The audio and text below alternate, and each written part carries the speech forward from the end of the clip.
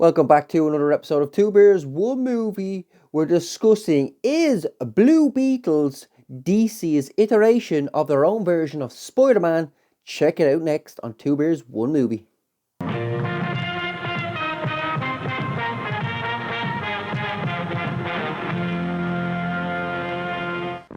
Yes, welcome back to another episode. We're discussing the new release, Blue Beetle, who is played by Zolo Maridueña, Cobra Kai's own Miguel Diaz. This is a movie directed by Angel Manuel Soto. It is it's a superhero movie, obviously. But let's set the scene. So, Jamie returns from college. He returns to his family and some bad news that lots of financial difficulties. Both he and his sister get a job at cleaning pools in the evil Knievel Susan Sarandon's mansion, where Jamie finds himself being fired, and so on and so forth. Yes. He gets fired because he sticks up for a beautiful young lady who he obviously has taken a fancy to, who offers him a job. He goes to get this job. She is stealing a Blue Beetle, which then attaches himself to Jamie and becomes Blue Beetle. Now, where do we go from there? What do I think of the movie? I liked it. I think it's the best DC movie in quite a while. It's not really saying a lot. It's definitely what they probably wished The Flash would have been for them. And speaking about maybe this is what they hoped The Flash would have been, could this be, now, similarities of bugs aside, could this be DC's own version of Tom Holland's Superman? Yeah. Tom Holland's version of Spider-Man. Am I being a bit too on the nose there? Possibly. Young guy, intelligent, gets a tech suit, yada yada yada, family and friends, and he has a bit of quirkiness and kind of witty humor. Possibly down the line, could he cling to Batman maybe, like Tony has Peter?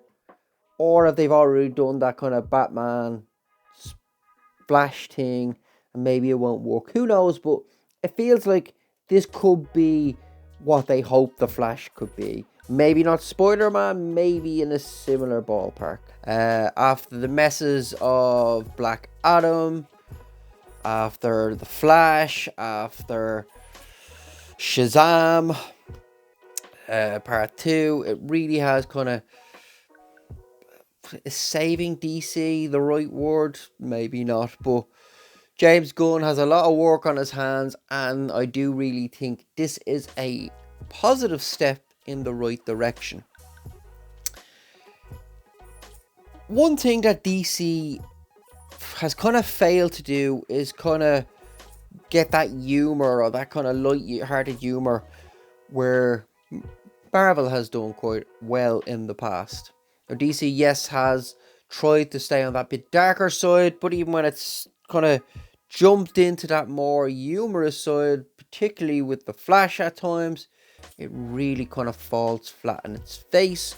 Where I do really feel Blue Beetle and the family in general have kind of brought that kind of humor and wit to this particular movie.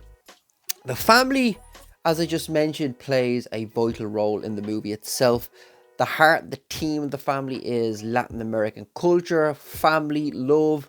It really surrounds every bit of the kind of hustle and bustle that you see in every superhero movie. This still has a lot of that hustle and bustle, but at the center, at the heart of it, is the Latin American culture. And of course, to quote unquote Mark Commode, who was also quoting Vin Diesel, it's about family.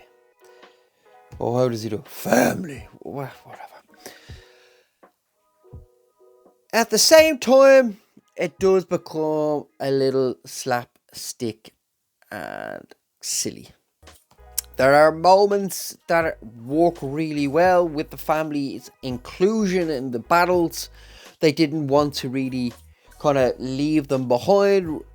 Uncle Rudy or Cousin Rudy, played by Mr. Lopez himself, George Lopez, brings an awful lot of charm and humor as well to his role.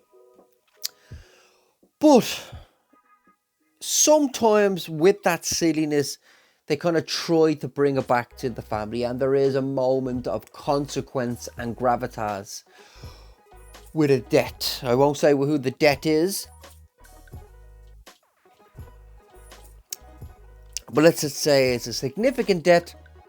But like all movies, not just this movie, 2 or 3 scenes down the line, it's almost like that debt has been forgotten. Like it doesn't have the gravitas it had 15 moments ago. And it's like a pet peeve for me.